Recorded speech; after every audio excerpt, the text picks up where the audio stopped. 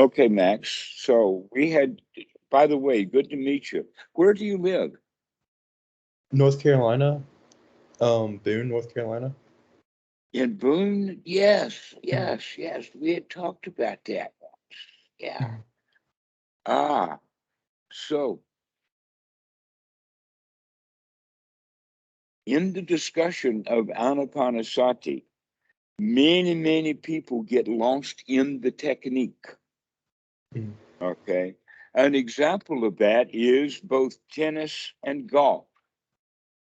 That many people get really deeply involved in getting the exact postures, the exact techniques down for swinging the racket or swinging the golf club, where the entire point was for them to go out on the golf course to enjoy and relax.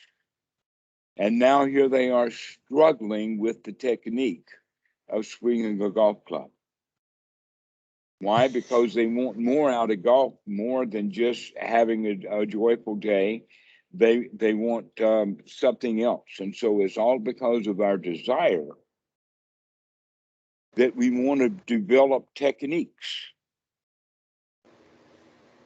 in order to get what we want.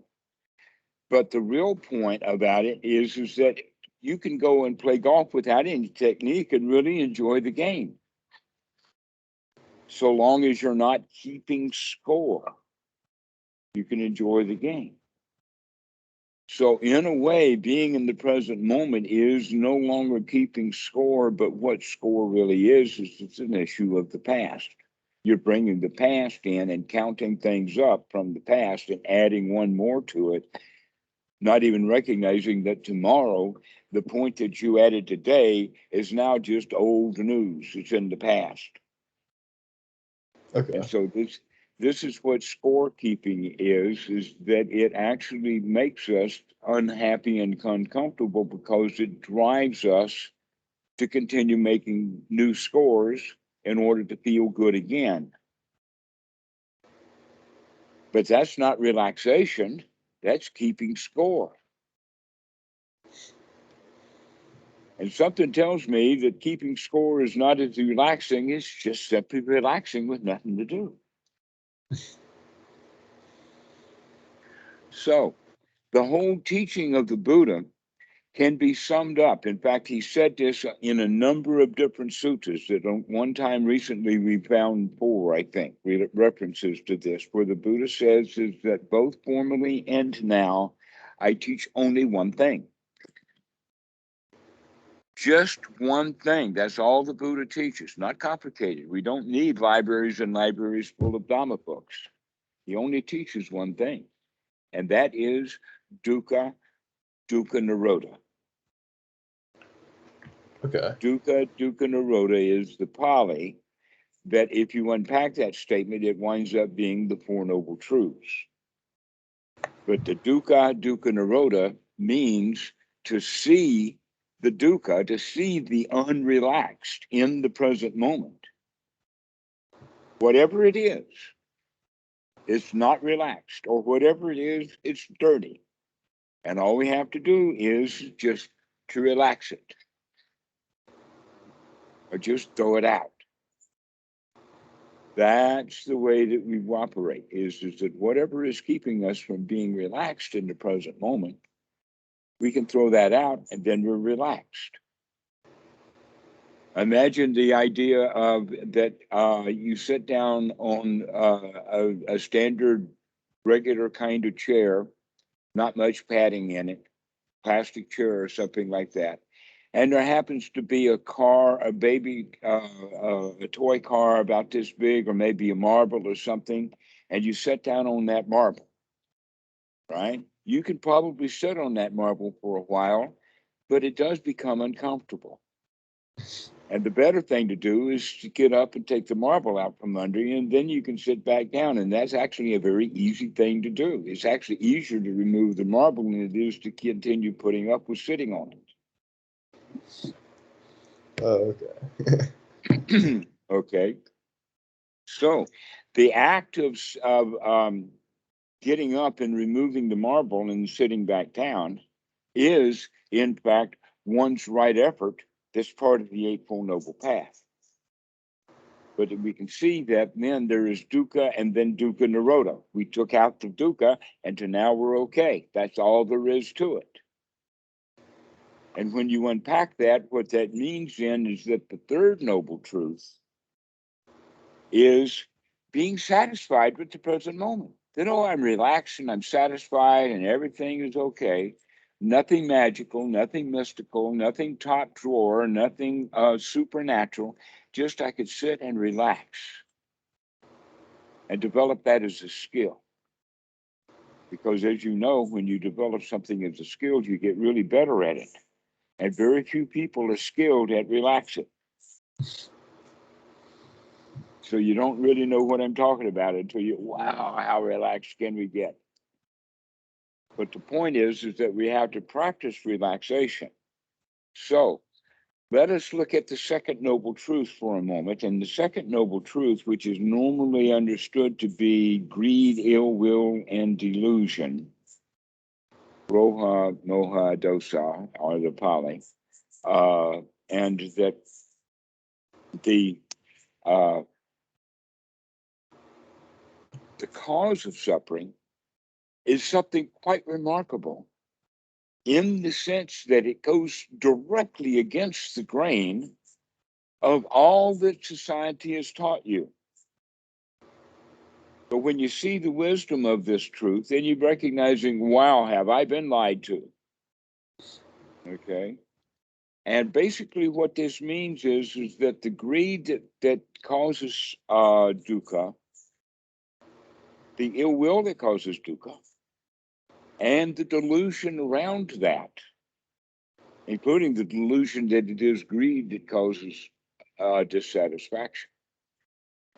We get wrapped up in the thing that all the problem that I have, the dukkha that I have, comes from the outside.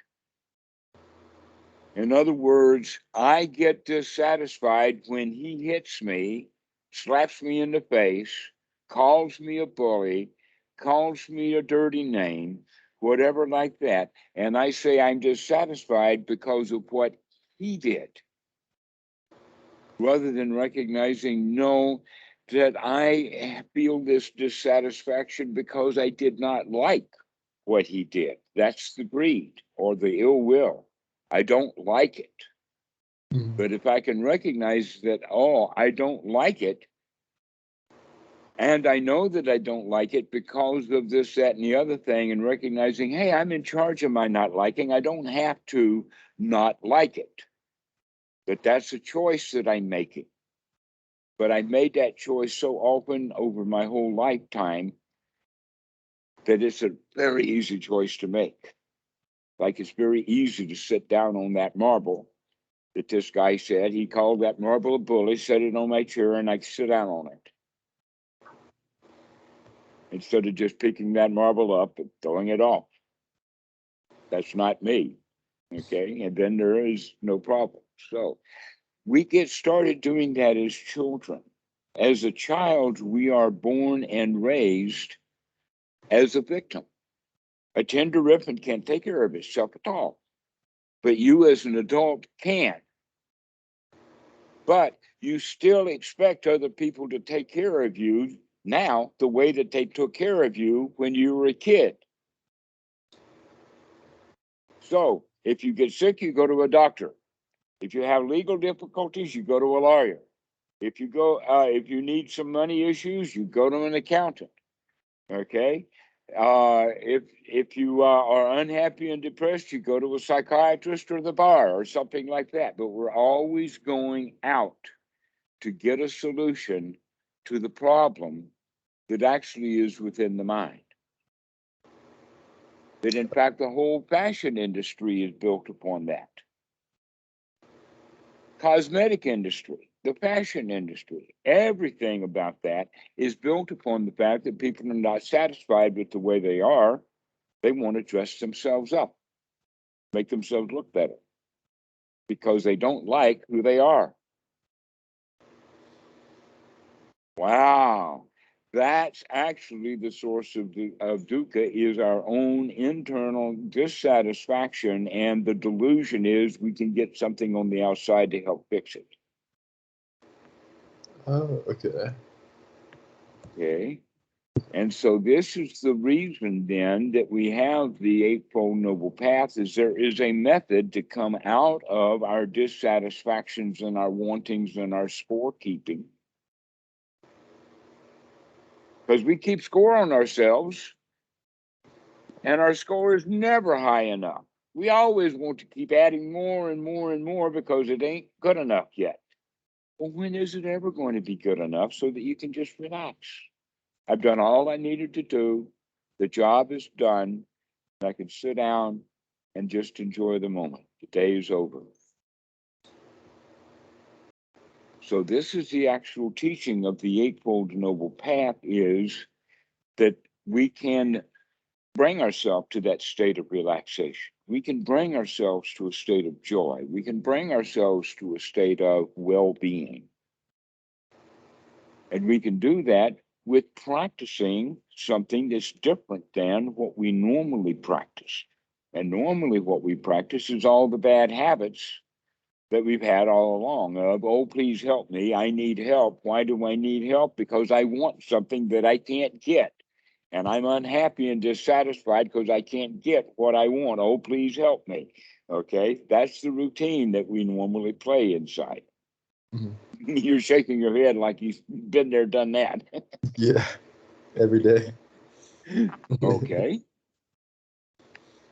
Well, now the practice of the Eightfold Noble Path actually has several points to it.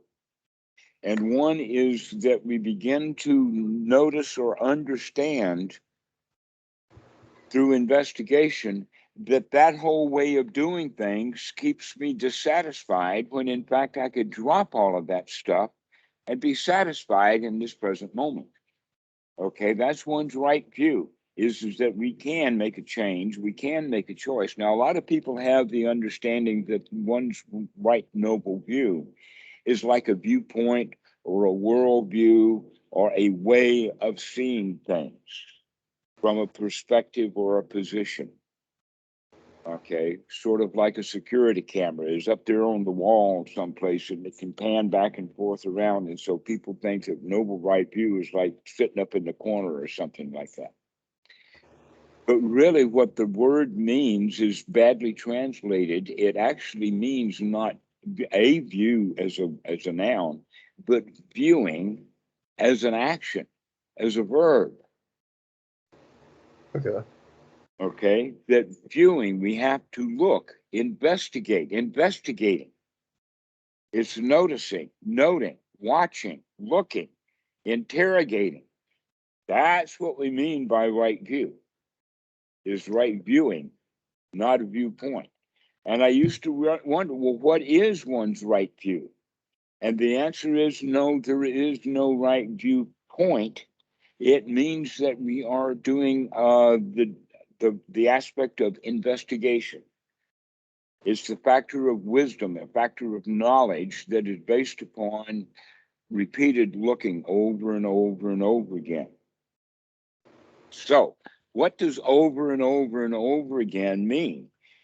That's where sati comes in. This is why we call it ānāpānasati.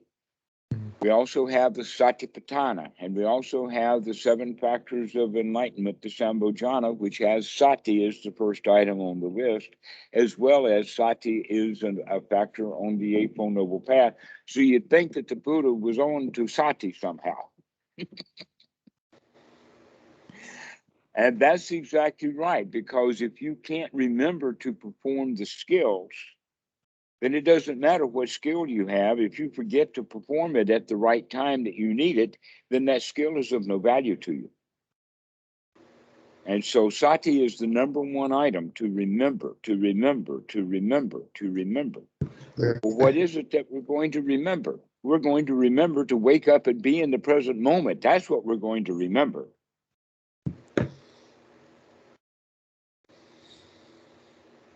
And that when we wake up to remember, and be in the present moment, that means that now we're woke up enough to do an investigation. Mhm. And we can investigate to see, well, what's the state of mind right now? How am I doing right now? How are things going right now? Am I disturbed and worried because I can't get something that I want? Am I planning for the future? Or am I just sitting here and just enjoying nature? Open nature, open sky. Everything is sabai, sabai. So, what are we doing in the mind? And if the mind is actually doing something that's unwholesome, then we need to remove that and put something in the mind that's wholesome. That's the really important thing. This is one's right effort, is to get up off of that marble. Okay. That's right effort. Get up off of that marble, remove the marble, and sit back down comfortably and happily. So we're going to see then that that marble that we're talking about is actually any unwholesome thought or any unwholesome thought process. Okay. And we're going to remove that unwholesome thought and put a wholesome thought in the mind. This is where in the ānāpānasati sutta is referring to step 10 of gladdening the mind, of brightening the mind, of shining the mind, which means to remove unwholesome thoughts about meditation, for instance. Am I doing it right? What's the point of all of this? Oh, I'm getting tired of this meditation. I mean, those are the kind of thoughts that meditators have. And when they have those kind of thoughts, they can say, never mind, I don't have to think about that. I could just sit here and enjoy myself. I don't have any place to go. Wow, isn't it nice that I just sit? Just no place to go and nothing to do. And here I am sitting here wanting something from meditation. And I don't have it. So we bring our dissatisfaction into the practice of ānāpānasati, and then we start reading this book and that book and the next book, piling on one technique after another, and never get skilled in any of them, to where the real skill that we have to do is the skill of waking up, investigating what's in the mind, and then taking the right effort to remove that and getting ourselves comfortable in the present moment. That's all there is to it. And these are skills that need to be developed. And when right effort is developed as a skill, things become really easy. But in the beginning, there is going to be some effort involved. Okay. Okay. And so it actually, an example of that is that in the beginning, we have to actually stand up to remove the marble. Mhm. As we get skilled at it, we can recognize the marble sitting in the chair before we even sit down on it. Is that called effortlessness? Right, but that's an advanced point. Let's do first things first. And first things first is you're already sitting on the marble. Now it's time to actually get up, get off of it. But you can. The mind is actually easy enough to change. Mhm. That in fact it's jumping around anyway. The reality is that one moment is a marble, the next moment is a toy car, the next moment is an arrow with a dart in it, the next, it's just all kinds of things that are there. Hang on, I want to send a message.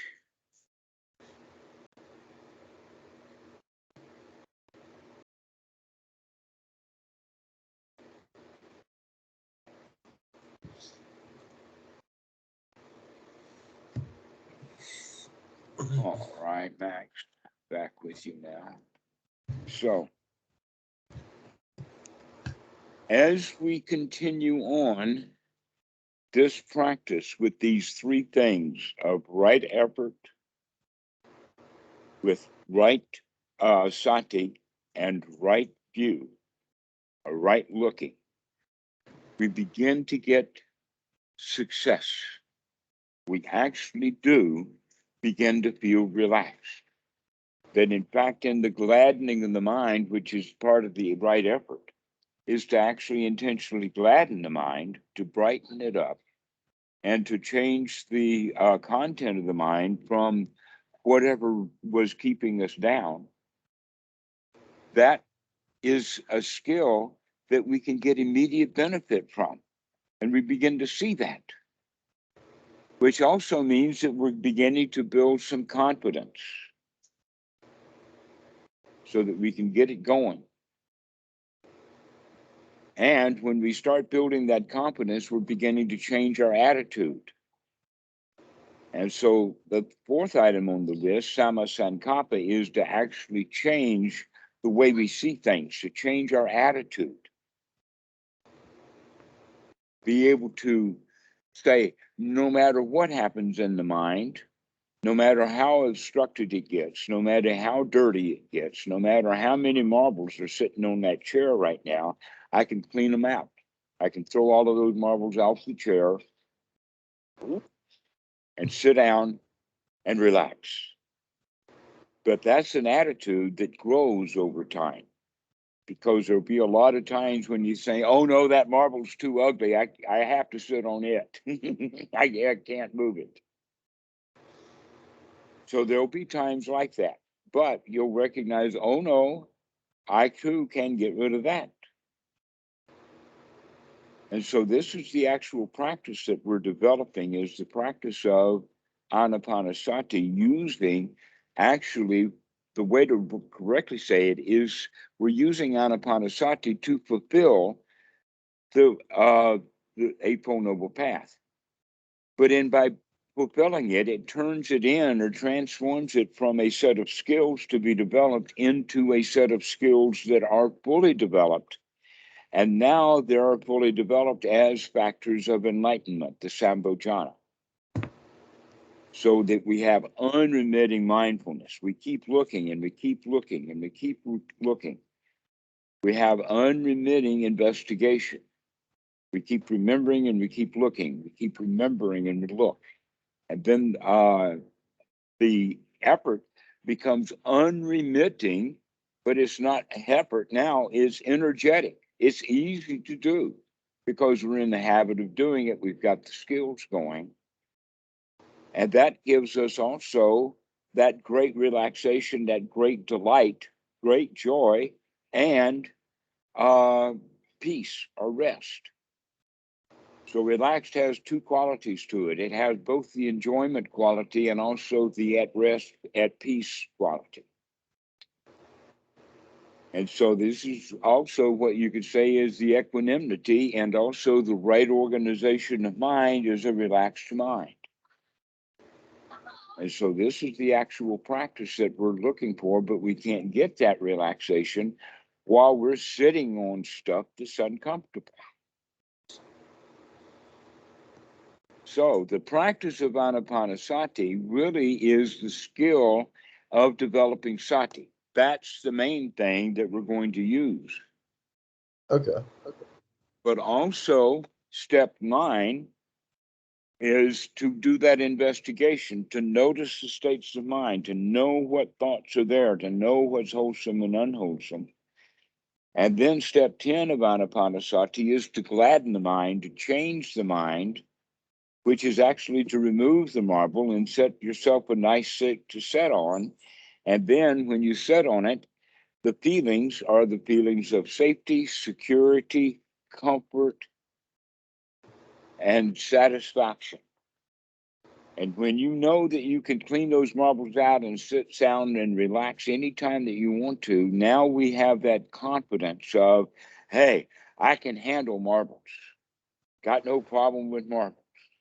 I can clear them out of the way easy. And that's the right attitude that's developed, okay?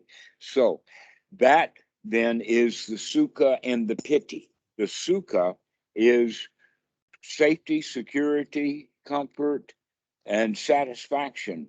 And then that feeling of success, that feeling of, wow, I've got this wired, the feeling of can do, the feeling of, and in fact, the Buddha was referred to as a lion.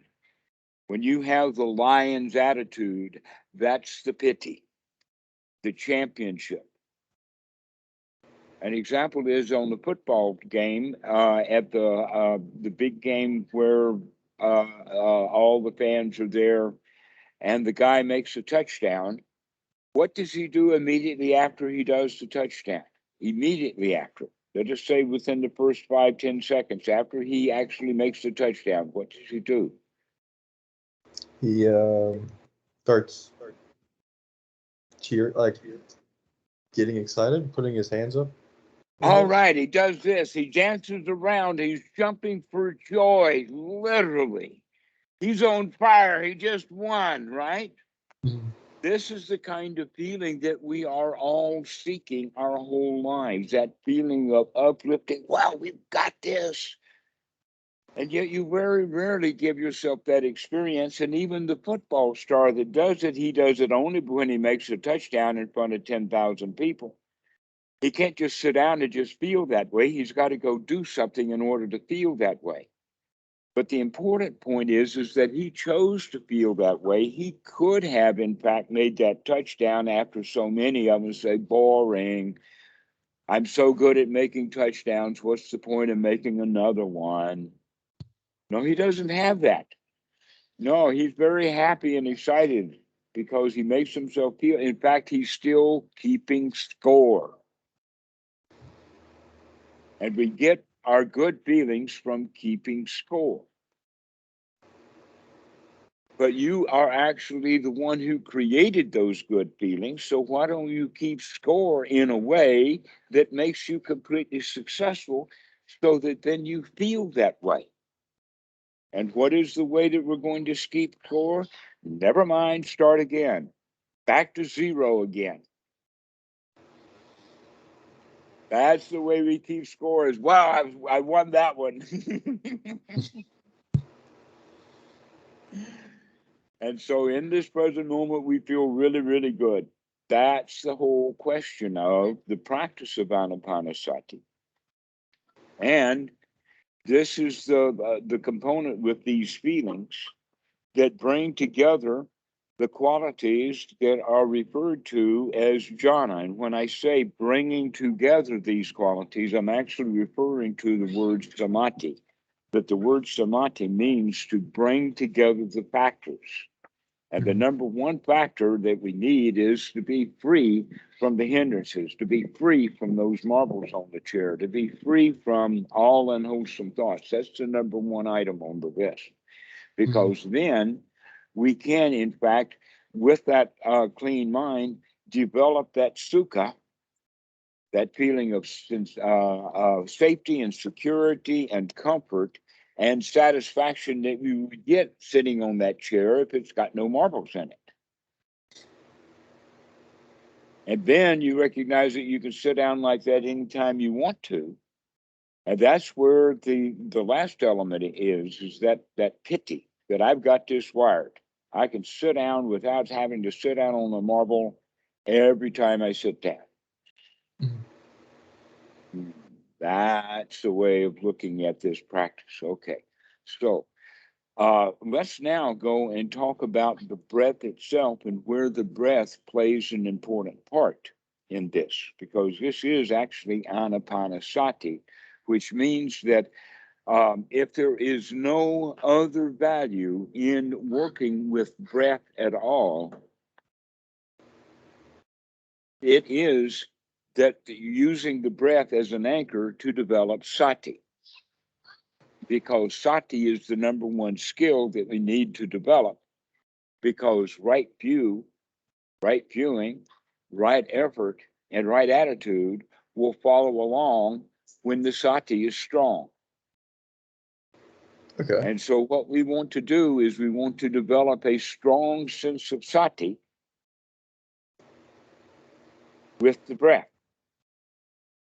Now, the way that many meditation places teach, I don't think that you'll find this too much one way or the other within Bhikkhu Buddhadasa's, but I think that he will, in fact, talk about the fact that we do have to control the breath, that it's a long breath, and that we need to remember that every breath, that this breath is going to be a long in-breath, And then we remember that this breath is going to be a long out breath. We do not need to train in breathing. We already know long and shallow and deep and short and all the various kinds of breath there is. So there's no problem in a training of the breath. What really is the training is to remember to take control of the breathing. If we don't control it, if we're just going to say, oh, I'm just going to be mindfully watching the breath in what we would call a normal way, then the mind has no skin in the game, and the mind is easily capable of walking away back into the rubbish. Mm-hmm. But if we are intentionally making this a long, deep in-breath, then we're actually developing the skill of sati, as well as developing the skill of paying attention to the breathing while we're gladdening the mind. So we can say things like, wow, this is such a good in-breath, and this out-breath is so relaxing. And so we really just talk ourselves into relaxing by gladdening the mind and saying things about no place to go and nothing to do, and everything is all right, got no places to go, everything is comfortable. And wow, that feels good. That feels really good to have nothing on my plate, to have no marbles on the chair. Okay? These are the kind of thoughts that you're going to have while you're breathing in long and mindfully breathing out long, because each in-breath and each out-breath is in a point of sati. Mm-hmm. And that's what we want to train. We want to train in remembering to stay in the present moment. Now, for some, that will get boring, and when it does, then their mind will wander away into some restlessness rather than saying, hey, my point is that can I stay developing sati? Can I keep remembering and keep remembering and keep remembering and keep remembering? That's the training. And that there is a technique that we can use with that, and that is that we begin to make the breath important in the sense that it actually is life-giving. That there is a difference between natural breath and normal breath. That the normal breathing that we do is sedentary, got not much to it. And so the back part of the brain, the reptilian brain that controls that breath, has been doing that in a very, very conservative way your whole life. The minimum amount of air, the minimum amount of work that we have to do, the better. But that part of the brain has been doing that for your whole life. That's an important point, that it's been busy keeping you alive so that you don't have to think about the breath at all. But when you do think about the breath, now you can take it from that normal breathing, that conservative breathing, into more natural breathing that is energizing and energetic.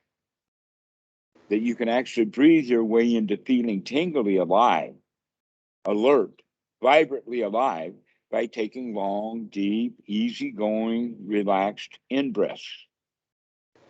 And then with the out-breath, we let it out, easygoing, relaxed. I use the word sigh. Now, some people use the word sigh in the sense of exasperation, like, oh.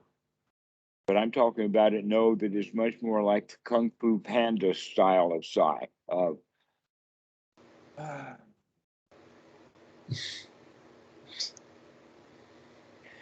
That's the out-breath, is to really allow yourself to enjoy that out-breath. So the in-breath and the out-breath then gets us wired to begin to look at the body, so that we begin to notice what the body is doing, because whatever the body is doing, it's doing it right here in the here now. And so much of the focus of the teaching of the Buddha has to do with coming out of the past and the future, which is dissatisfying, into the present moment, which is absolutely satisfying if you have the right frame of reference for it. That the now is marvelous, that we, each one of us, live in a paradise. And here we are going around judging that paradise, tearing it down, thinking that we can win some points and score some points by messing with paradise. When paradise is already okay, it's good enough as it is. And all we have to do is to sit down and relax and enjoy that paradise. So this whole quality of ānāpānasati is to get in touch with the here now, to get in touch with the body, to get in touch with our senses, and to start enjoying the paradise that's coming in from the senses, rather than bringing in information from the outside and processing it, trying to make it into something that helps us to keep score. That we just allow what is to be there as it is. Okay. Okay.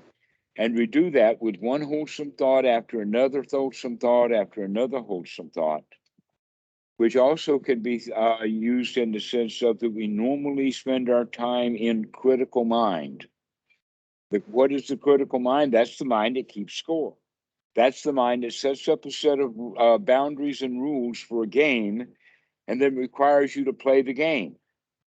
We can call that game society in a way, because you were raised in that rule-based game system.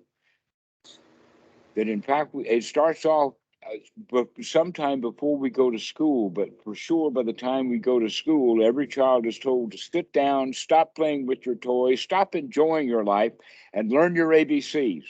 Learn your 1, 2, 3s. Go clean up your room, put down your cell phone, and do your homework. You know the whole routine. You've heard all of that stuff before. Well, guess what? Not only did you hear it, but you memorized it and you put it into play as your game plan.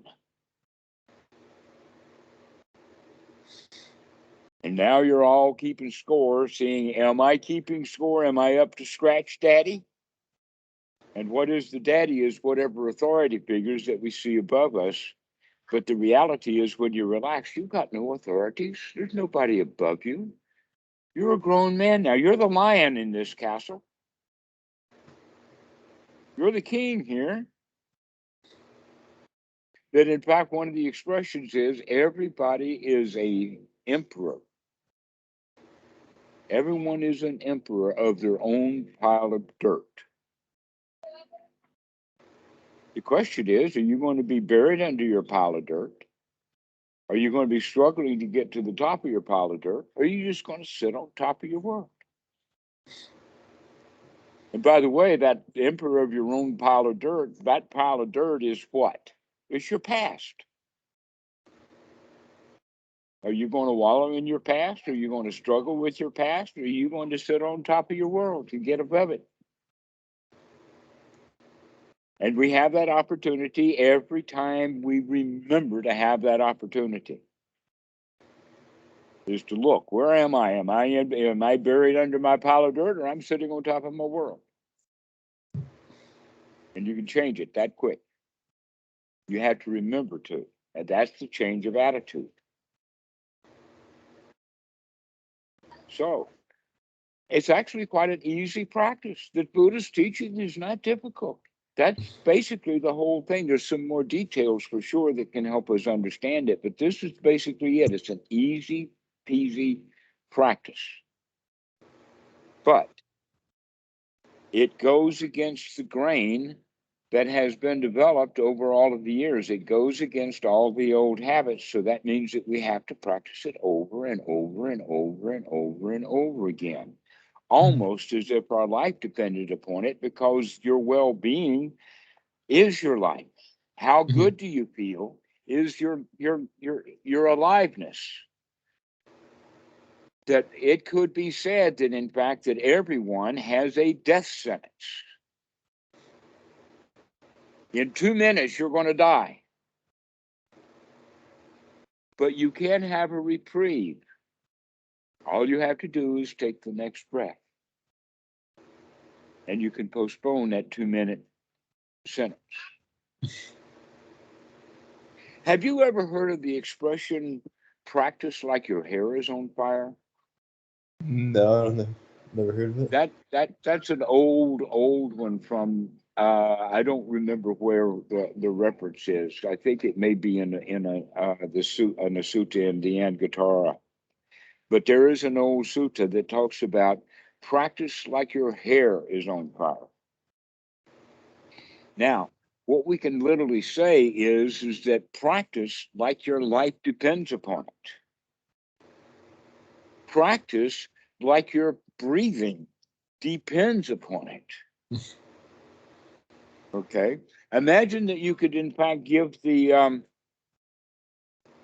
part of the brain that actually controls the breath. It's been a good friend. It's been keeping you alive all of these years by breathing for you. And it'll do that again from time to time. But right now, we want to give it a rest. We're going to say, Mr. Brain breathing mechanism in the back. I think it's in the medulla area of the brain, back in here. And we're going to just give you a rest, and you can take it easy for this next hour or two. And in the next hour or two, we're going to do the breathing consciously. In the sense that if you don't breathe consciously, then you won't breathe at all. If you don't breathe consciously, you won't breathe at all, which means you'll die. So your life depends upon it. In this way, think of it as your breath is like practicing with your hair on fire. That in fact, that 2-minute period of time is probably a bit long, that if you forget to take this next breath, that means that your mind has wandered away back into your trash bin, or the emperor is now back in his dirt pit.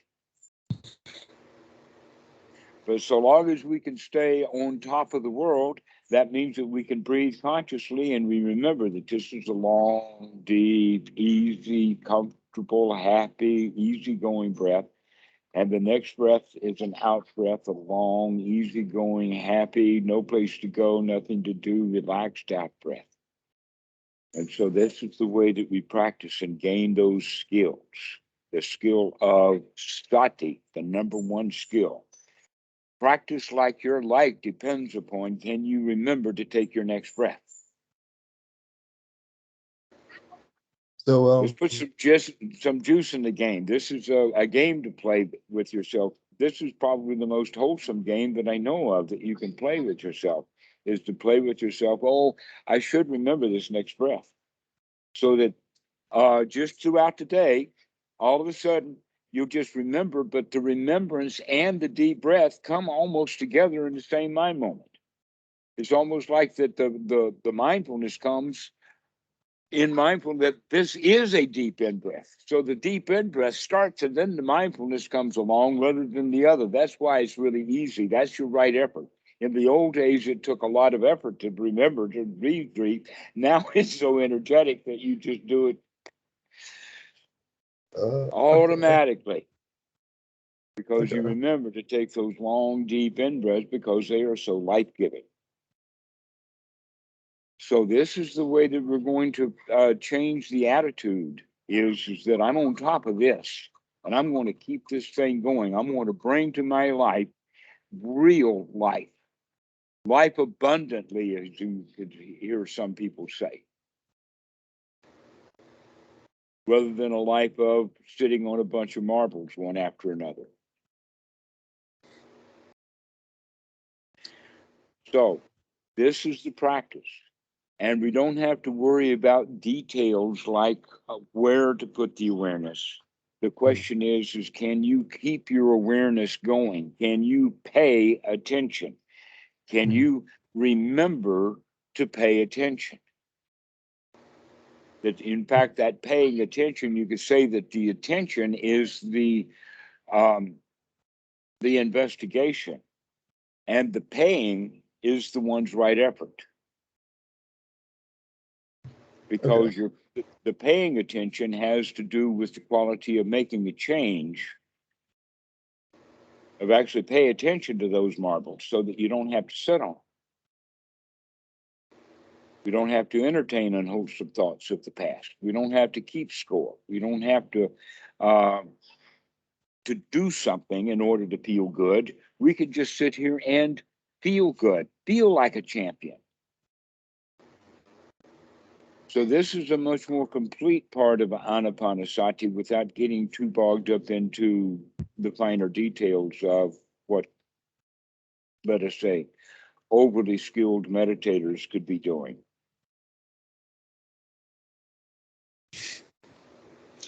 So with gladdening the mind. You broke up. Can you say that again?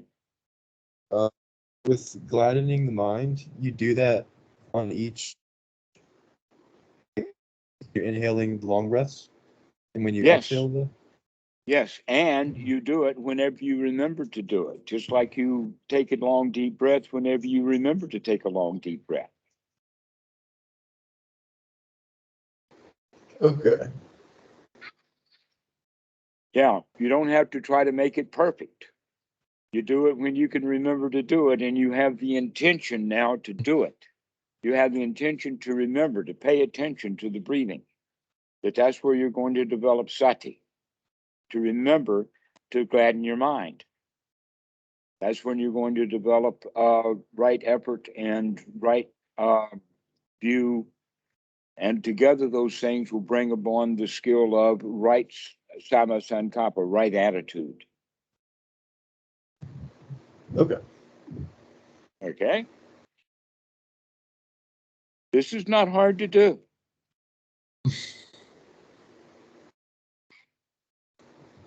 Now, much of what I've said you will find in the book, but there's a whole lot of other stuff in the book. Don't get too bogged down in the details, but rather get into the position that you are the emperor of your own pile of dirt.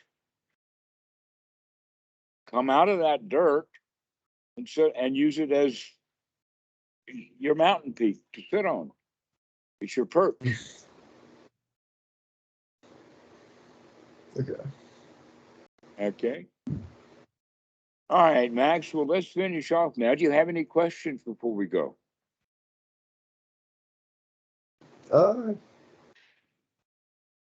So you said don't get too into like trying to make it perfect. Like don't like just. I think you said don't make it perfect. Just like relax with it. Right. Just enjoy yourself. That's the whole point.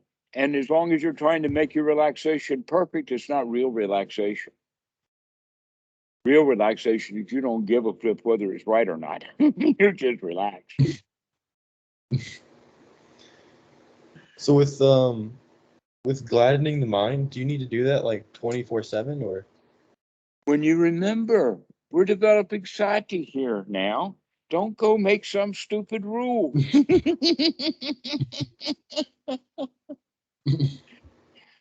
Westerners are really, really balled up in the word always.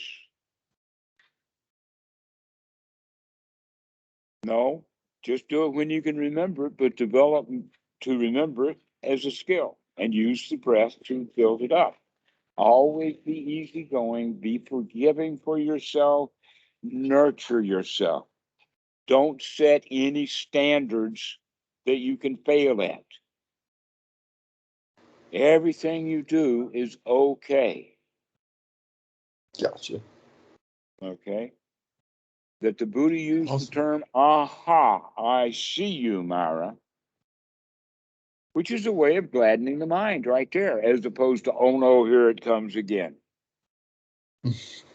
And recently I've been giving students a song that has to do with this. It's actually Simon and Garfunkel.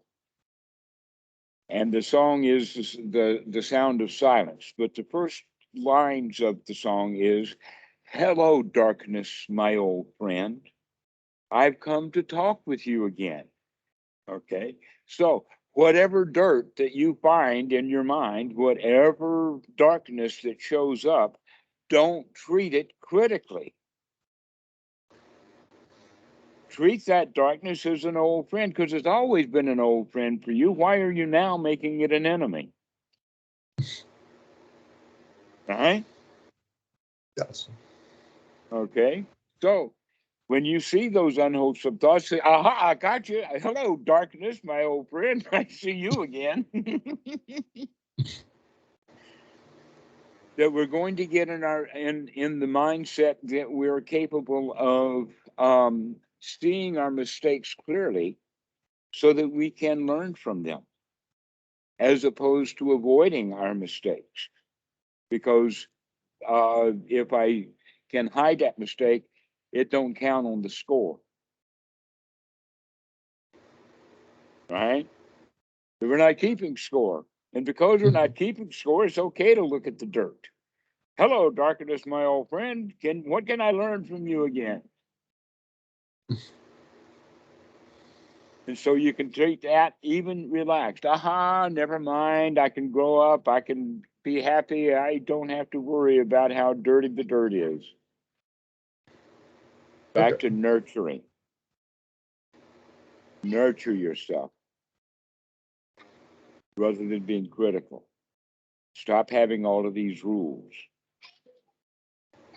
But that's what happens with Westerners every time. They're so rule-bound that when they learn about ānāpānasati, they make it into another rule, a bunch of rules. That's what you were doing. You would start making it into a bunch of rules rather than a method of relaxation.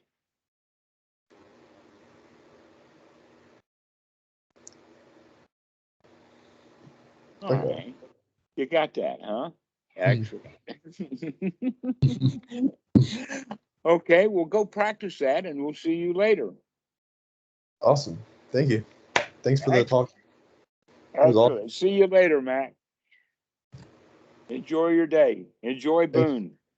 Thanks. You too.